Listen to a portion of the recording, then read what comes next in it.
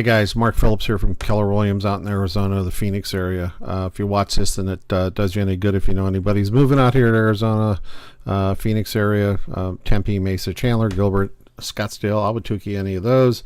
Remember me. I was trying to help you out here. So this is my MLS search screen here, standard thing. Yours may vary. I've got some menus here that I can go to, but I also have office listing that I've pre-selected here. So I'm going to just click on office listings. This will show up on yours either in the main menu here, like mine, under search under office listings. It's starred. That's why it's up here in that part of the screen. So I'm going to go ahead and default to that. You can see this office, there's 118 currently. There's another office that we have in Scottsdale that's probably 2 or 3 times that much. So the first thing I'm going to do, and so these are listings for agents literally in my office. So I'm going to go sort descending, and here's the you can see the prices high to low. Now what I'm going to do is I've already set this up. If you can see this column right here, it says vacant, and I also have a gated community here. So you can go in here and you can set up different columns if you want. You can actually rearrange these, but I set up vacant. I like to do vacant open houses for one main reason is I don't have to worry about somebody coming in and stealing the homeowner's property. So it eliminates a level of stress and anxiety for me in trying to keep track of people coming in and trying to rip the listing owner's property off. Drugs, jewelry, guns, you name it, they try to do it. So I try to stick with a vacant listing. Also, you see here there's in this far right column there's a gated community, and I like to do gated for one reason, because I put a sign at the gate that says please call this number for the temporary gate code. And that number, I use an AT&T phone, and I have caller ID, which costs me about $3 a month. When somebody calls that number from the gate code, it instantly shows me their name, their real name, or who the phone belongs to, and the phone number. So I got 2 pieces of data before they even walk in the house. So I go down here and I see the vacant listings in this column right here. Now what I'm going to do is my MO is to go above 500,000 and somewhere 1.4 million. So I'm going to keep going until I see one that says vacant. So here's one here on Kachina Drive. It's vacant. It's a guy in my office named Bill Watson. So if I click on this one, highlight this line, I can go here to the detail, and I can scroll down, and I got all of Bill Watson's contact information down here. So what I do is I will search this early on the weekend. I will text their primary phone, which is their cell phone, on Sunday, and then I will call it first thing Monday morning if they haven't responded. All of these agents that I work with know me very well, and they'll respond back to me. Even if it's on a weekend, they'll respond back and tell me, and I ask them, is anybody sitting in your house or holding your house open for next weekend?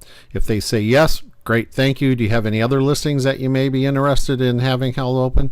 And typically they'll do, or it's been a long enough period of time now that I actually have agents calling me asking me to sit their open houses. So that's literally what I do. You go back to the list, maybe that one's booked. So here's one, Gary Collin. It's on a lake, $649,000.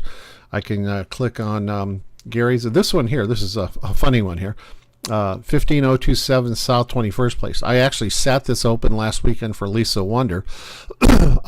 So again, click on the detail tab. Lisa's information. Oops, wrong one. This one, 21st Place. Lisa's information comes up down here. I text her and I call her early in the week, because by Monday, typically all of the available open houses, or all the good ones, are gone. So a couple of things you try to do is you want to look at the map where these are located. And this is probably one of the most convoluted ones that I would allow myself to do. I have 2 ways to get into this place. Over here on 25th Street, so if I go 1, 2, 3, 4 turns, that's about the maximum I want to turn. And I can also come off of this place over here on Chandler Boulevard as well. So here I would 1 turn in, 2 turns, 3 turns. So I have a higher likelihood of catching somebody off this 21st Street side coming in, because they don't get lost in the turns. But I always look at the map for open houses. Here's an example. Here's one here that if you click on it, it's a $1.1 million home, so it's a nice home. I don't know if it's vacant or not, but I can see that from this, I basically have 1 turn, 2 turns to get back to this house. For shits and giggles, let's go look at the detail. And it is occupied right here. It's occupied, so I know that's not one that I want to do. But so I'll always look at the map and find out where the house is. I don't want to pick something way back in the middle of this place here where I've got to do 100 turns to get back to it. So anyway, that's how I go find my vacant listings. Again, let's go through this. I sort descending, so it's going to put the highest price on top.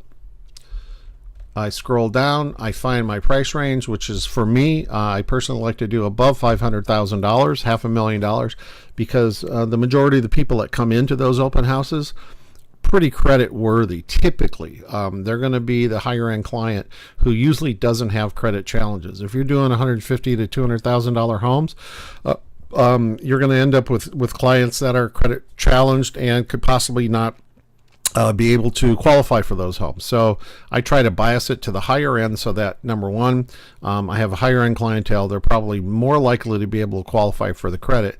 And people like to look at these homes, like this one here on Amberwood that sits on a beautiful lake. All right. Great home, great looking home. So gated communities and homes with special features, they love. The one that I sat last weekend, I mentioned that it was good home, had a lot of traffic in it. Whoops, wrong way. A lot of traffic in it, and it was the view out the back door. It was open to the mountainside. This is a mountain in South Mountain that we call South Mountain, but it's a beautiful home that's got nobody behind it. So this is preserved quail, deer, antelope, bears, tigers, lions are all running back here. So anyway, again, let's go this one more. I go to office listings, sort priced descending, highest on the top to low, add an extra column over here for vacant. So you can go down and you can scroll and look at the sorts for vacant, yes. And then if I really want to get anal about my open houses, I make sure it's in a gated community and vacant, because then when they call my phone to get the temporary gate code to get in, I've got their caller ID on my AT&T phone and their phone number. All right, I hope this answers some questions for you. If you have any questions, holler. Again, Mark Phillips, Keller Williams out in Arizona. Remember, like me on Facebook, share my stuff. I'm doing some great videos, and I hope this one helps you.